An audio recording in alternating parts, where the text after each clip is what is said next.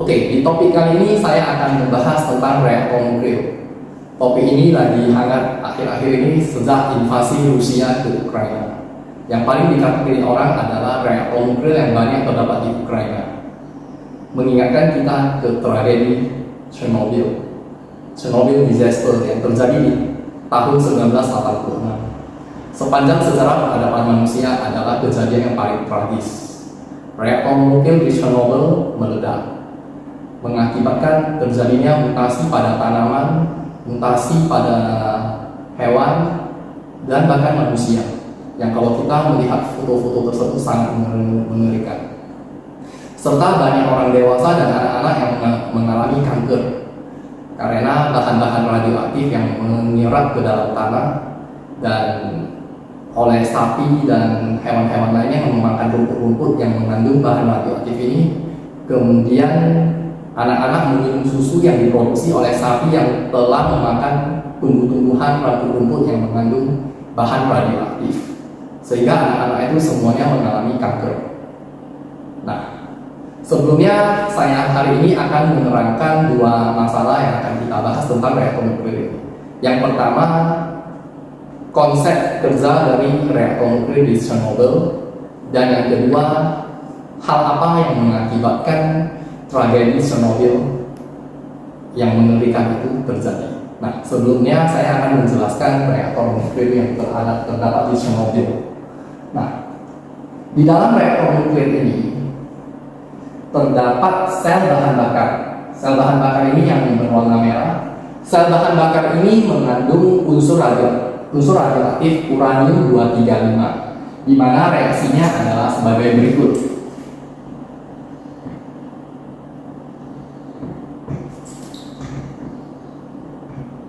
Oke, uranium-235 dengan nomor masanya dan 92 nomor atom bereaksi dengan neutron membentuk barium dan kripton.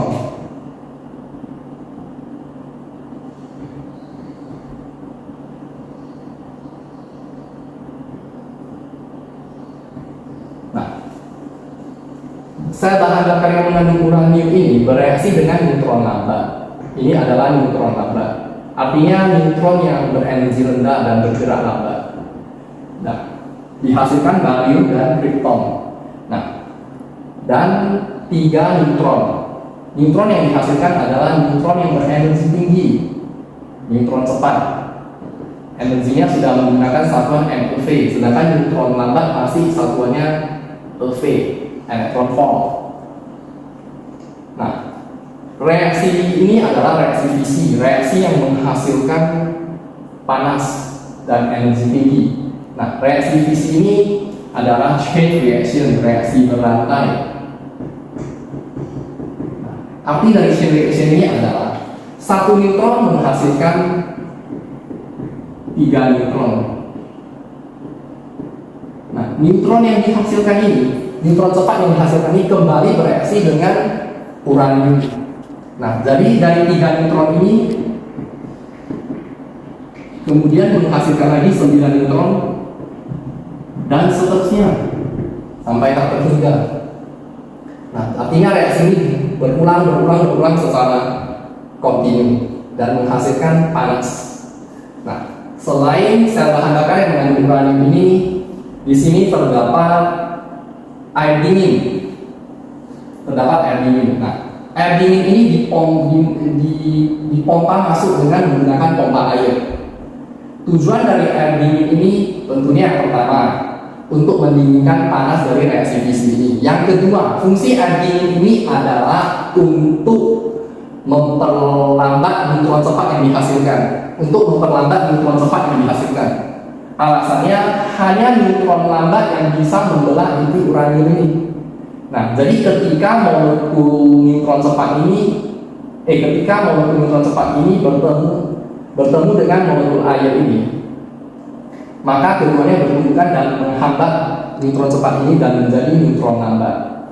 Nah, bagian lain yang perlu Anda ketahui, setelah air dingin ini melewati sel bahan bakar yang bereaksi dengan neutron ini, dihasilkan air panas. Nah, karena kan reaksi ini membebaskan panas. Nah, air panas ini naik ke atas. Kenapa naik ke atas? Nah, seperti yang saya jelaskan sebelumnya, adalah karena arus konveksi, di mana air panas umumnya massa jenis yang lebih kecil, lebih ringan, sehingga naik ke atas dan menjadi uap panas. Nah, uap panas ini digunakan untuk memutar turbin pembangkit listrik yang digunakan untuk menghasilkan listrik. Oke? Nah, faktor lainnya yang perlu kita ketahui yang paling penting adalah selain air dingin untuk mendinginkan adalah batang kendali. Kalau kata kendali ini kan menunjukkan sebagai kontrol, mengendalikan reaktor nuklir ini. Nah, batang kendali ini terbuat dari unsur boron. Unsur kimia B, simbolnya unsur boron. Nah, batang kendali ini tujuannya untuk menyerap neutron. Oke, agar tidak kelebihan neutron. Karena neutron yang dihasilkan terus-menerus sangat banyak, bisa kebanjiran neutron. Karena kalau neutronnya sudah semakin banyak, maka reaksinya berlangsung cepat, laju reaksi fisi ini meningkat, sehingga energi yang dihasilkan meningkat, panasnya juga meningkat, dan bisa menimbulkan ledakan. Jadi batang kendali ini untuk menyeimbangkan kelajuan reaksi fisi ini, tidak terlalu cepat, tidak terlalu lambat. Oke? Jadi inilah penjelasan saya tentang reaktor nuklir. Nah, sekarang saya akan lanjut ke tragedi Chernobyl. Apa yang membuat tragedi Chernobyl ini menjadi begitu mengerikan? Oke. Chernobyl disaster. 26 April 1986.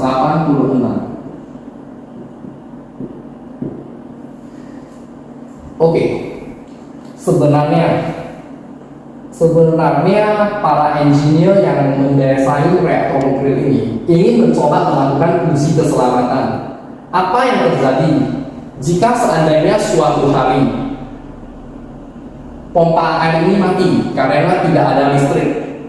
Karena pompa air ini kan dijalankan oleh listrik, seandainya mati.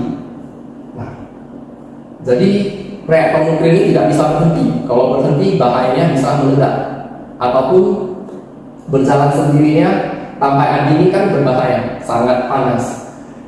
Nah, jadi mereka melakukan uji coba di tahun 1982, 1984, 1985.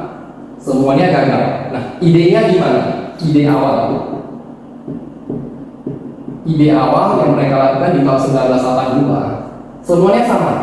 Idenya adalah mereka mencoba mematikan listrik sehingga pompa air ini padam. Nah, jadi gimana agar air dingin ini tetap terus tersirkulasi? Mereka mempunyai generator listrik, ibaratnya genset, generator diesel yang menghasilkan listrik. Nah, oke, untuk menghidupkan generator diesel ini perlu waktu 1 menit. Nah, mungkin bagi kita 1 menit ini terasa sangat singkat, tetapi untuk reaktor nuklir 1 menit ini sangat krusial. Bisa terjadi hal yang fatal dan mengerikan. Nah, jadi ide awal mereka seperti ini. Begitu pompa air dihentikan, ibaratnya tiba-tiba tidak ada listrik. Nah, di sini kan ada air panas. Sisa air panas yang menghasilkan uap panas ini masih bisa digunakan untuk memutar turbin pembangkit listrik dan menghasilkan listrik. Nah, listrik yang dihasilkan diibaratkan masih bisa digunakan kembali untuk menghidupkan pompa air selama 1 menit. Selama 1 menit ini sambil menunggu generator diesel siap dihidupkan. Nah, ternyata percobaan ini gagal. Diuji di tahun 1982, 1984, dan 1985. Nah, kemudian di tahun 1986 mereka kembali ingin melakukan uji coba. Uji coba yang sama. Apa jadinya jika suatu hari listrik padam, pompa air tidak bisa berjalan. Nah, pada tanggal 25 April mereka merencanakannya. Mereka merencanakan untuk melakukan uji keselamatan, uji coba keselamatan ini. Nah, mereka sudah mempersiapkan semuanya dilakukan di pagi hari. Tetapi apa jadinya di pagi? Ternyata di kota Kiev, sekarang ibu kota Ukraina yang diserang Rusia itu, tiba-tiba mengalami pemadaman listrik karena ada pembangkit listrik yang kecil mengalami kerusakan. Jadi untuk memenuhi kebutuhan listrik di kota Kiev, nah mereka meminta reaktor nuklir ini, reaktor nomor 4 ini untuk tetap beroperasi untuk memenuhi kebutuhan listrik di kota Kiev. Nah, akibatnya uji coba ini ditunda. Nah, uji coba ini seharusnya ditunda di kemudian hari untuk amannya. Tetapi mereka terlalu terburu-buru. Nah, mereka tetap mau melakukan uji coba di hari itu. Akibatnya, uji coba ini ditunda 10 jam kemudian. 10 jam kemudian hingga sore hari. Sore hari tanggal 25 April 1986. Nah, menjelang sore ke malam, biasanya terjadi pergantian engineer. Engineer di pagi hari adalah engineer yang profesional dan boleh dikatakan mereka adalah engineer utama. Sedangkan engineer di malam hari adalah engineer cadangan yang hanya bertugas mengontrol laser. Nah, karena udah menjelang malam hari, semua tindakan operasi yang mereka lakukan itu terburu-buru sebelum diganti ke engineer malam hari yang bertugas mengawasi. Nah, apa yang mereka lakukan? Ternyata tanpa mereka sadari, sebenarnya sewaktu sebagian listrik dialirkan ke kota Kiev akibat adanya pembangkit listrik yang padam, ternyata reaktor nuklir ini dayanya turun 50%. Daya turun 50% dari daya awal.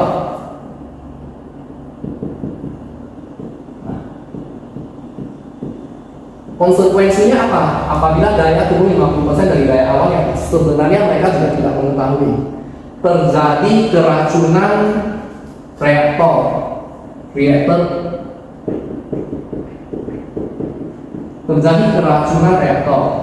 poisoning.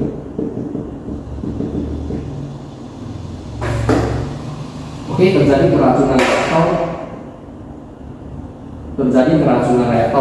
poisoning. Apa itu keracunan reaktor? Keracunan reaktor ini akibat banyaknya hasil sampingan dari reaksi ini yang kita namakan xenon, xenon, unsur kimia di gas mulia, xenon 135. Nah, xenon 135 ini biasanya memakan neutron. Istilahnya memakan neutron, bereaksi dengan neutron, menghasilkan xenon 136, isotop 136 dari isotop 135. Nah, banjir xenon. Banjir xenon ini terjadi akibat daya yang turun 50%. Nah, banjir xenon ini berarti memakan semua neutron. Kenapa memakan semua neutron? Karena begitu kan kita mau melakukan uji coba keselamatan ini, listrik kan dipadamkan, otomatis air dingin ini, sirkulasi air dingin ini sudah berkurang. Nah, akibatnya sirkulasi air dingin sudah berkurang, akibatnya temperatur semakin meningkat, bahayanya di sana. Terus banyaknya neutron yang dimakan, akibatnya reaksi ini, kekurangan neutron, reaksi ini menjadi, boleh dikatakan sudah laju reaksinya berkurang. Berarti mengakibatkan reaktor ini drop, reaktor nuklir ini drop sampai 5%. Nah, reaksi drop sampai 5%. Nah, pertanyaannya, kalau reaktor drop sampai 5%, nah, Mereka mau berusaha meningkatkan reaktor nuklir ini kembali ke semula. Nah, satu pertanyaan yang perlu kita ketahui, reaksi ini berlangsung kan karena ada neutron. Ada pertanyaan dari murid, kenapa kalau neutron ini akan ada batang pengendali? Kalau batang pengendali ini menyerap semua neutron ini, reaksinya tidak bisa berjalan. Apakah berbahaya? Tetap berbahaya. Karena barium dan kripton yang dihasilkan masih bisa menguru dan menghasilkan panas yang dibuang yang tidak berguna ini harus kita keluarkan. Kalau tidak, reaktor nuklir ini dapat mengalami ledakan. Nah, jadi yang menangani di sini adalah Anatoly Dyatlov. Anatoly Dyatlov, kalau nggak salah nama yang saya tuliskan ini, dia adalah chief engineer. Nah, dia memerintahkan untuk menaikkan daya keluaran reaktor ini kembali ke semula. Nah, hal apa yang dia lakukan? Pertama kali, dia mencoba mematikan sistem batang pengendali yang otomatis ini dan mengeluarkan semua batang kendali ini hingga tersisa 18 batang kendali. Ini sangat berbahaya ya, karena menurut standar keamanan dari reaktor nuklir ini, sisanya harus 28, tapi dikeluarkan 18. Tujuannya apa? Setelah dikeluarkan batang kendali dan dioperasikan secara manual, batang kendali dikeluarkan. Jadi batang kendali ini tidak bisa menyerap neutron. Oke, nah agar neutron kembali banyak, lalu bisa menaikkan kembali daya reaktor ini, agar reaksi ini kebanyakan neutron baru bisa kembali. Karena kan tadi neutron ini kan semuanya sudah dimakan oleh xenon.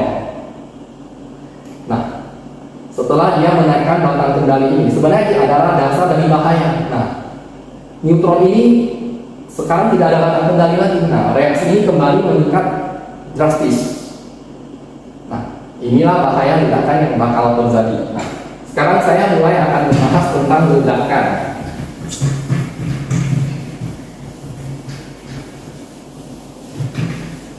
Oke, ledakan. Ledakan sebenarnya terjadi di tanggal 26, karena kan kita jalannya di tanggal 25 April, ledakan terjadi di tanggal 26 April 1986 pukul 1. Saya nggak hafal menit dan detiknya, kira-kira pukul 1 lewat. Nah, sebenarnya dari awal masalah untuk menimbulkan ledakan ini, yang pertama, karena listrik yang disalurkan ke kotak TV itu, karena hari itu kan pembangkit listriknya drop, mati, sehingga dari awal mesin ini waktu masih ada listrik sudah dijalankan dengan daya 50% dari awal, bukan daya normal. Terus kan mereka melakukan uji keselamatan dengan coba mematikan listrik sehingga pompa listrik tidak berfungsi. Nah, ketika pompa listrik tidak berfungsi, otomatis kan air dingin di sini kan tidak ada sirkulasi lagi. Nah, di dalamnya menjadi air uap air panas, bubble. Uap air panas ini berada di sekitar inti uranium ini. Ini kan uranium U235 ya. Nah, di sekitar inti uranium ini. Nah, bubble ini, uap air panas ini tidak bisa digunakan untuk menyerap neutron, tidak seefektif air dingin. Akibatnya neutron banyak. Kalau neutron banyak kan artinya reaksinya berjalan terus-menerus, karena kan reaksi berantai, chain reaction. Nah, kalau reaksi yang berjalan tanpa kendali dan meningkat terus, energi yang dihasilkan sangat besar sehingga bisa menimbulkan ledakan karena temperatur sangat besar. Oke, ini faktor pertama. Faktor kedua karena batang kendali. Batang kendali yang sudah mereka keluarkan itu, jadi tidak ada yang bisa mengendalikan lagi, karena kan dioperasikan secara manual, dikeluarkan sampai sisa 18. Oke, nah akibatnya tanpa batang kendali neutron tidak bisa diserap. Nah, inilah yang menjadi sumber masalah juga. Nah, ketika mereka di saat emergency mencoba memasukkan batang kendali. Nah, batang kendali memasukkan batang kendali ini yang panjangnya 7 meter. Mereka perlu waktu untuk memasukkan semua batang kendali ini adalah kira-kira 17,5 second. Karena data yang saya dapatkan untuk memasukkan batang kendali 7 meter ini, kita perlu kecepatan sebesar 0,4 meter per second. Oke? Jadi 7 per 0,4 dihasilkan 17,5 second. Nah, jadi mereka kehabisan waktu 17,5 second. Yang ketiga, desain batang kendali yang aneh. Desain batang kendali yang aneh. Saat itu kan masih Uni Soviet. Jadi desain dari para engineer Uni Soviet itu, sekarang Rusia, di ujungnya dilapisi grafis seperti korek api. Seperti korek api. Di atasnya baru mengandung boron. Nah, begitu mereka mencoba memasukkan batang kendali kembali, grafik yang di ujung ini bereaksi dengan air panas ini, air panas yang sangat panas itu. Nah, akibatnya menjadi sangat panas, membuat batang kendali ini tidak bisa masuk lagi. Karena batang kendali ini menjadi meleleh dan patah. Karena batang kendali di atas yang mengandung boron ini tujuannya untuk menyerap neutron. Nah, jadi desain batang kendali yang aneh ini. Nah, akibatnya ledakan tidak bisa dihindarkan. Ketika mereka menekan button emergency, terjadi loncatan listrik dan percikan bunga api yang bercampur dengan grafik ini, terjadilah ledakan yang sangat besar. Nah, banyak yang menyalahkan Anatoly Dyatlov, chief engineer yang baru dipromosikan itu. Nah, jadi ketika ledakan terjadi, petugas pemadam kebakaran datang. Mereka tidak mengetahui bahwasannya ini bukan api biasa. Mereka hanya menggunakan pakaian pemadam yang biasa, tidak menggunakan pakaian anti radioaktif. Dan begitu sampai ke sana, banyak yang meninggal, mukanya terbakar, muntah darah. Nah, bahkan orang yang menyaksikan ledakan membawa anak-anak, bayi-bayi di sekitar, mengalami muntah darah karena mereka sudah terkontaminasi bahan radioaktif. Nah, inilah kasus ledakan Chernobyl. Dan bahkan dikatakan kota ini masih belum bisa ditempati manusia, harus menunggu 100 tahun baru aman. Oke. Semoga ilmu tentang reaktor nuklir ini bisa berguna bagi Anda. Terima kasih.